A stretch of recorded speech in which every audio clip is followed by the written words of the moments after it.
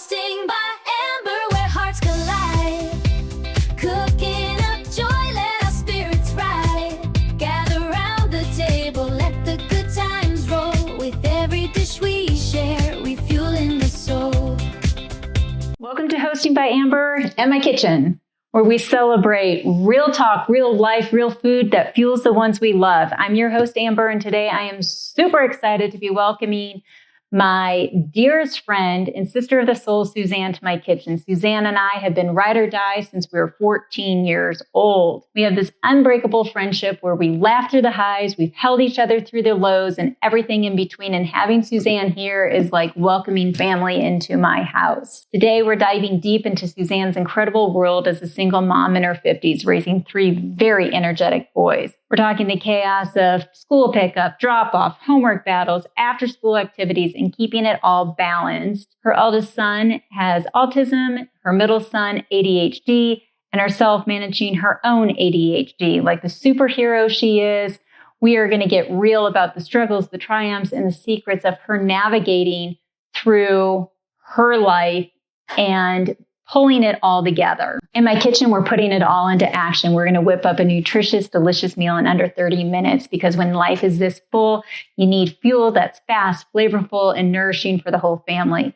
My mission is simple here. It's to inspire you. Nourish yourself so you can nourish the others because you can't pour from an empty cup. Fuel your heart and your soul first and watch the magic happen around you. Welcome, Suzanne. Welcome to Hosting by Amber. Welcome to my kitchen. I'm so happy to have you here. Thank you. I'm happy to be here. Very happy to be here. We're going to do the easiest meal. This is literally going to be done within like 20 minutes. So simple. So first things first, I have thin cut chicken. When you're doing this, because we're doing a panko encrusted chicken, you want to make your chicken all even so it cooks evenly. So simple, easy peasy. We're going to throw our chicken into a meal. This is literally a kid pleaser meal. I used to make this for my kids all the time, although I've now made it even more simple, if you can believe that. So we're going to take a little olive oil in our bowl with our chicken. Can I ask you a question about the chicken? Yes, you may. Does it come sliced that small or do you have to slice it? It came like this. Like I said, I went to the grocery store and I buy thin sliced chicken because this is so easy and it cooks really quick. Okay. So we're just going to add some pepper, some salt, some garlic powder. So basically, You don't measure it. You just I don't because this is cooking. We don't have to measure. If we're baking, yeah, sure. Okay. Cooking, we get to have fun. Be creative. It doesn't matter. And then, because we're making this simple and clean. What is that? This is just going to be some seasoning. This is like an Italian seasoning. So it's going to have some oregano in there, some salt, some pepper, some little bit more garlic. And what were those? Garlic, pepper, and onion powder? Yep. And then we're just going to do some finely grated parm. If you have any dairy issues in your household, you can skip the parm. It's fine. And then we just have the simple panko. And all we are going to do is just mix this together. So you, with 3 young boys, being a single mom, having to navigate through your life, like we don't need to skip on a healthy meal. And this is simple. This is so simple. And then over here, I have some broccoli that I've just kind of torn up in little bite-sized pieces. We're just going to do some salt, some pepper, a little bit of olive oil to toss it in. I love that olive oil vessel. Isn't that pretty? So pretty. Thank you.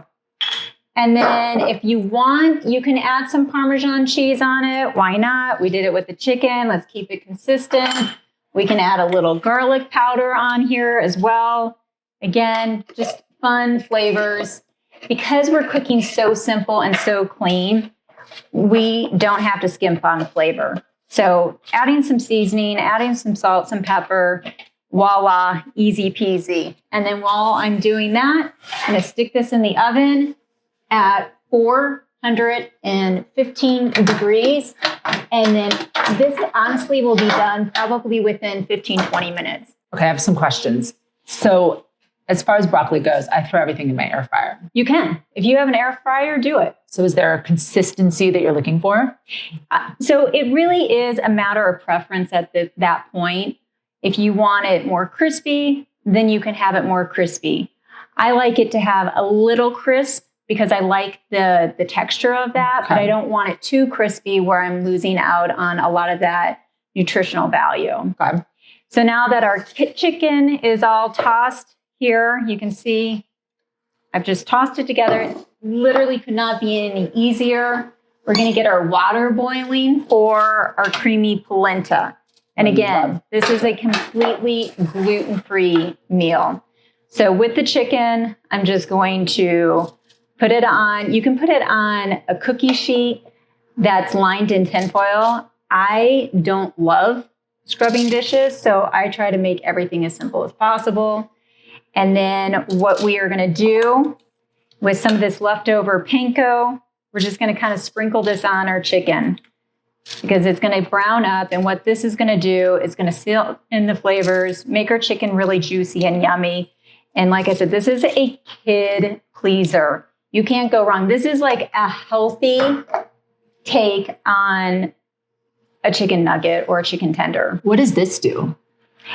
This makes it so that the juices just can run off, but this is just a little rack that I've set the chicken on. But again, if you don't have that, don't worry. You can just use a lined cookie sheet with foil and place the chicken on that. I have a true drawer air fryer. Can I do the broccoli on one side and the chicken on the other? Absolutely. In fact, I was going to suggest you certainly can cook this in an air fryer. It's easy. I don't know, but that oven's pretty rad. So yeah, we're going to use the oven. We're use going to the go oven. for the oven. So here we have our chicken. It's all been seasoned and we have our panko crust going.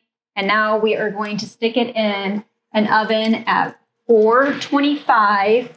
And depending on how your oven runs, you might want to do 15, 20 minutes. We're going to flip it about halfway through the cooking process. Okay. And then we're letting our water boil for our polenta. Now, with the polenta, you can use water or you can use a chicken bone broth. Okay. I prefer the bone broth only because I think it gives an extra element of flavor. And I think we're all about flavor, especially when we're making such a simple, easy meal. Why not? Can I see the bone broth? I use bone broth because I feel like it gives my kids some extra Exactly. It's going to give stuff. But I was like, what does it really? Oh, it actually has, did you use this whole can? Yeah, it's 3 cups worth of bone broth I've used. So We're it's going to like boil that up. 10 grams of protein. So you're getting So you're going to get protein. it's a way to add extra nourishment. Yeah. Speaking of nourishment, that's what I'm saying. Like you got to nourish yourself to nourish your family. And this is so easy and simple. We don't have to skimp. You know, your life is so busy with 3 boys and raising 3 boys, energetic boys. You have your challenges ahead of you. How do you tell us a day? What's a day for Suzanne? Oh, chaos. Chaos. Their dad comes over and makes them breakfast probably 4 days a week and then takes them to school, the little ones, and they go to school at 8. And then the big one goes to school at 9. And then the little ones are done at 3. And the big one's done at 3:45. So there's not a lot of time in between to get things done. And my oldest, as you know, is autistic ADHD. And so he doesn't ride the bus because he gets in trouble during unstructured time. So he has to be taken to school most days and picked up because, again, the bus creates problems. So in the middle of that, I try to exercise. Well, I have to exercise, otherwise my brain will go crazy. Is that like a hard routine in your life to keep you?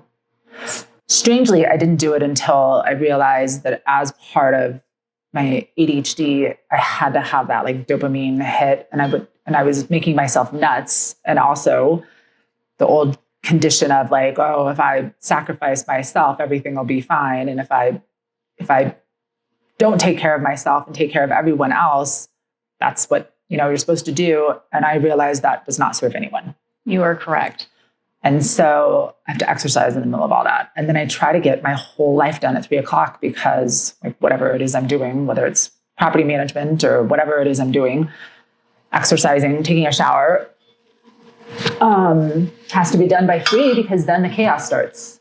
It's go time then at that It's go point. time again. It's Speaking a different kind of go. Yeah, a different kind of go. Speaking of go time, that is go time on this polenta. So we've let the bone broth boil.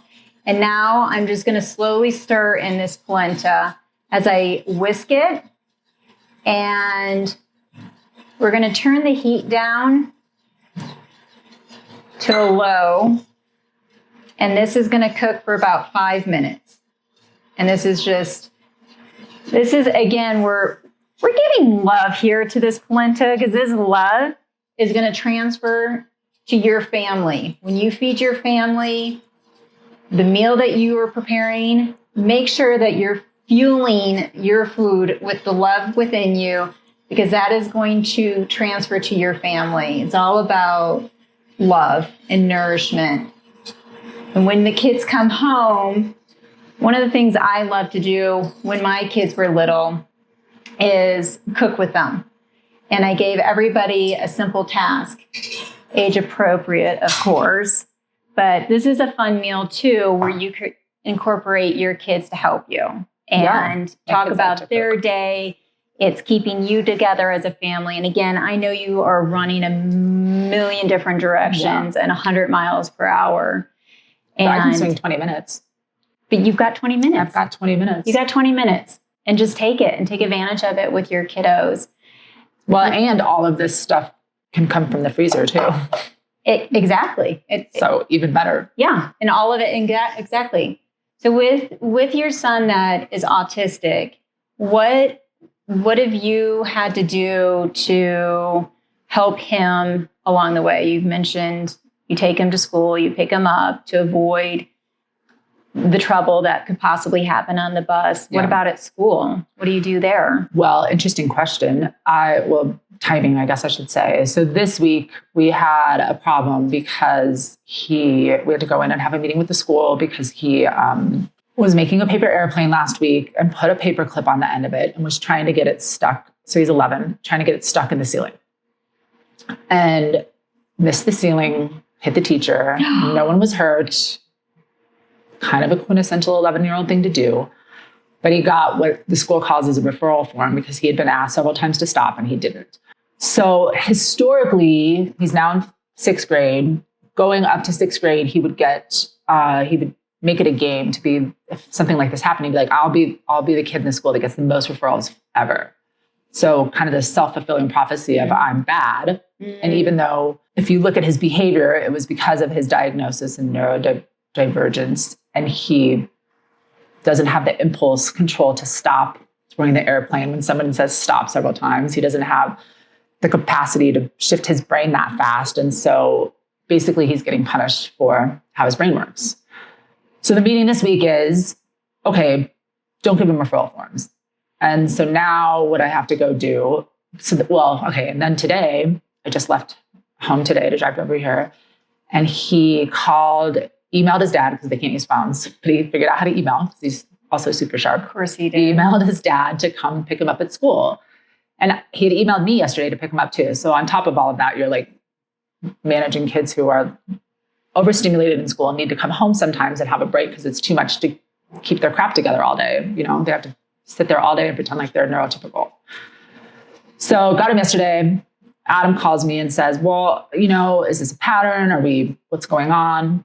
Adam thankfully went anyway. And he was crying because another kid was making fun of him for getting this referral. Oh, go ahead. No, keep going. So we had gone back to this week when we had had a meeting at the school. The whole purpose of the meeting was to be like, don't give him referrals.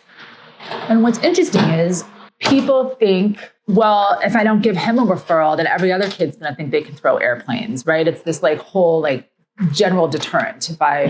If I don't punish him, then everybody's going to start behaving, erratically in class, which is not true. No. But it does not serve as a gentle deterrent to him. In fact, it makes it worse for him. And so the meeting was to stop giving him referrals. And then also, what do we do when Nixon won't stop his behavior?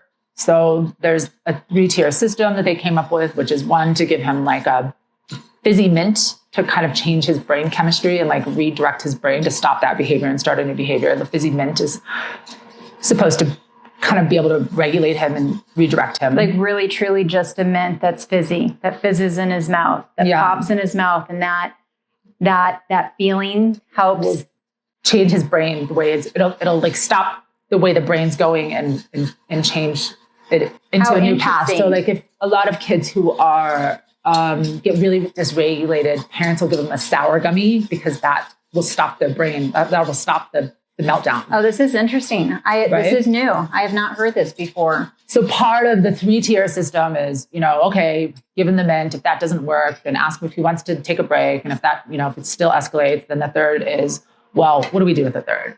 And Adam and I and his therapist are adamant that he doesn't get a referral.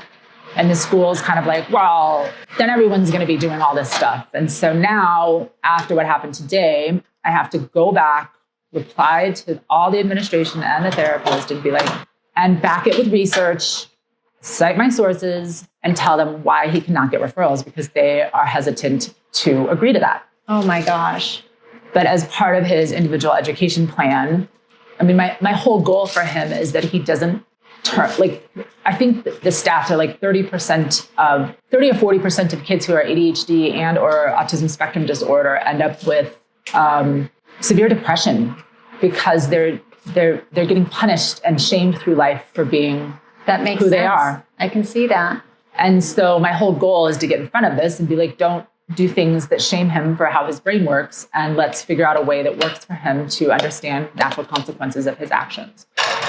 So now I gotta go get the therapist information, get the science, and write a long email advocating for my son. So this is a typical day for you. This is always This happens like once every 2 months. Okay. Oh, is that hot? So our broccoli is crisping up nicely. I've just turned the chicken. It's looking great. I've added the additional panko crust on top so both sides get nice and crispy. Oh, so you're supposed to hold some of the panko crust behind. Reserve some panko. If you want. I did this time. Sorry. Again, this is so easy. Another way you can do this chicken is you can do it where you dip the chicken in flour on both sides, a little bit of an egg, and then the panko, and do it that way. I think putting it in one bowl and just doing it all together with the olive oil, I think it's a little bit healthier, and I think it's a lot easier and a lot less cleanup. Although my kids do love to crack eggs. Well, then try it that way because that's fun. They love the egg cracking. That's fun. And they also love to find out if eggs are bad or not and stick them in the water and be like, Oh, that's good. does it float or sink? And tell us.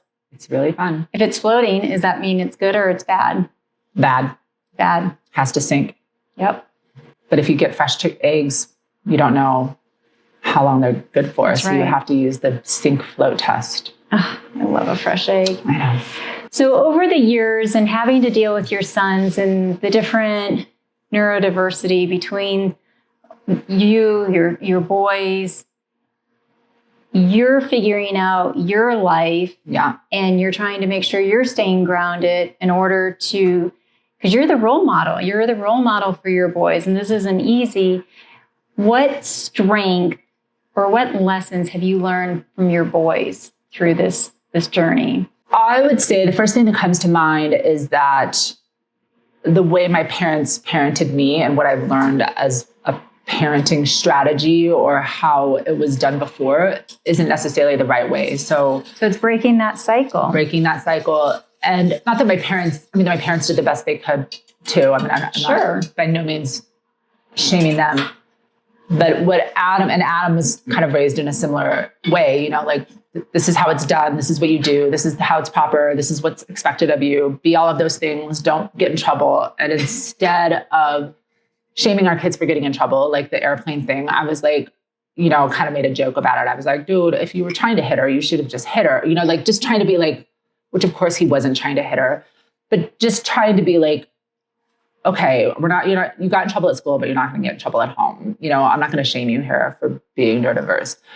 But one of the biggest lessons that Adam and I have had to learn, and it's been hard for both of us, is low demand parenting. We have to pick our battles. Is it like, for instance, in the meeting on Tuesday with his teachers, his English teacher was like, I want everyone to hang their backpacks up. Nixon doesn't want to hang his backpack up. So her, I think, ultimate concern was, well, if I don't let him hang his backpack up, then everyone's going to not hang their backpacks up. So then she's telling him to hang his backpack up. Well, what's happening to Nixon is he's coming to a classroom after navigating 500 kids in hallways. He's overstimulated. And then she's giving him a demand, hang your backpack up, and he's resisting it because he's trying to like process everything that's happening in that moment to try to get from A to B. And so he was resisting her demands, and that was agitating her. So they were having like a struggle, a power struggle. Now our broccoli is complete. So we're going to take our broccoli out, and now we're just waiting for our chicken. And this is literally how easy this meal is. So broccoli, this is how I like the broccoli. It's a little crispy on the edges. We're still keeping the nutrients in there, and we're not going to compromise with taste. Well, cheers, my friend. My beautiful friend. Lovely. Thanks for being here. To be here. It's so quiet here. Thanks for sharing. It's quiet here. I don't have three young boys running around. I've got going on. It is quiet and clean. Quiet and clean. It's like being on vacation. I love it. Well, and this is how I cook. I cook clean. So we've plated the polenta. Like I said, it's ready in minutes. 5 minutes of slowly cooking, stirring, whisking. Set it to the side for a couple minutes. Broccoli was done in 15 minutes, and the chicken was done in about 15, 20 minutes. Easy peasy. It looks fabulous. So let's give it a shot. All right. And you tell me if you think your kids will like this. What is one of your kids' go-to? What's oh my God, it's so funny because Nixon doesn't eat chicken except for chicken nuggets from Wendy's. This is a healthy take on a chicken nugget. And he won't eat meat except for hamburgers. I mean, it's the funniest. You're like, okay, kid, that's meat, but whatever. He likes kid food. He likes what he likes. But give this a shot. I'm curious because this really is. Amazing. It's a chicken tender. Oh. It's crispy like a chicken tender. And if you air fry it, it's going to be done even sooner and quicker and easier. It's amazing. It's so good. And I was hungry from driving all day. Well, thanks for being here. Yeah, thanks for driving the 4 hours to get here. And thanks for sharing your stories. I know you go through a lot, and I'm proud of you for all that you are doing with your kids and navigating through it all. And Thank you. Keeping the calm. Keeping the calm. Keeping the calm. That's another one of the things I've had to redo, right? Because if your parents were like freaked out, like that's what you learn to do, to freak out to get results that you're looking for. And now I'm like, that doesn't work. That's not serving anyone. What am I doing? Stay calm. You stay calm, which isn't easy. It's easier said than done. Because last night I did have a freak out when the kids were fighting over the basketballs. I was like, oh my God. So what do you do in that second? Oh, in that second I yelled at them. But usually I'm like, try to remove one, but we just got this new basketball net. So there was like a lot of fighting over that. But usually I try to remove one from the space in a nice way. Like, okay, you need a break. Go somewhere else. Not to your room, unless that's where you want to go. No putting anybody by themselves to sit in their shame and sadness by themselves, because that's not going to help them. But just, you got to get out of the situation because it's not working. And if they won't leave, I'll take the other kids and leave and go to another room. These are life lessons in all aspects of life. Yeah, right? Like, if it's not working, leave the room and be like, oh, let's talk when you're done. Right? Have an end, right? Like, this isn't forever. Let's talk when you're done. You're not being punished. You're just dysregulated, which I get dysregulated too. We all do. Yeah. And I like that. Let's pause. Let's take a break. Last night I did have a meltdown on him. I mean, and you go repair. I'm sorry. Yeah. That wasn't the best way to handle that. Exactly. You gotta clean it up. Yeah. Admit it and move forward. And show your kids that there's no shame in making mistakes either. Like, my middle one gets really hard on himself if he makes a mistake. And I'm like, hey man, like you made a mistake on the playground. Go clean it up. No shame in that. People make mistakes. Cheers. Thanks for being here. I Cheers. love you. Thanks. Do you like my fancy bracelet? Oh, who made that for you? Sharky, my baby. Bless I him. know. He loves to make bracelets. Well, I hope your kiddos enjoy this meal. I'm going to do it. Because actually, you're totally right. Like, I do a lot of Costco pre-made food because it's easy to like pick it up. Well, it's actually not easy because the closest Costco is 2 hours away. But when I'm traveling for sports and buy Costco, which is frequent, I will buy a lot of Costco pre-made foods, which is great. But my kids are totally tired of Costco tacos and Costco fettuccine. Well, let's change it up a little I know bit. I'm going to. And I actually really, I do like, I used to cook for them a lot. And then I kind of stopped because it got complicated because they all Get them eat in the different- kitchen and have them cook with you. I know. It's so much fun. And they actually really do like it. They like being a part of it. And they like looking at cookbooks and picking out. They'll put their little Post-it love notes on there that. of what they want. So they actually do enjoy that. And there is a lot to be said for like making meals with your kids and sitting around. And I mean, they all run in different directions, but usually there's 2 of them around. So it's like, even if my oldest will only eat ramen, you're like, okay, well, you eat ramen while we eat, you know? Well, make it fun. Cheers. I love you. Thanks for being Love you too. here. This is amazing. Oh, I'm so glad you're enjoying it. Obviously, this has been a lot to navigate with your children. What resources have you found that have been most beneficial to you? Well, that's a good question because there's a lot, but then there's also not a lot because there's just strangely not a ton of resources on it. But the most beneficial thing I've done is put my kids' diagnoses into Chat GPT and then put follow-up questions of their behavior and how to address it and what's happening. Like I was doing it today about my son having all the problems at school. And then now I'll take that information and I'll go get information to back it to send the emails to the school. But that's been really helpful. I'm in a lot of Facebook groups for neurodiverse parents or parents who parents of neurodiverse kids and therapists. But like, there's only, a therapist is only one person. There's only so much you can know, right? Like there's a lot of stuff to be a therapist for. And there's not that much information, especially on high functioning autism. There is a lot of information on it, but there's no black and white way to do this. So parents are like, oh, my kid won't go to school. I actually had a parent in my driveway. I was late getting here today because I had a parent in my driveway talking to me about my kid doesn't want to go to school. He's 7 and he doesn't want to go to school. What do I do? And I'm like,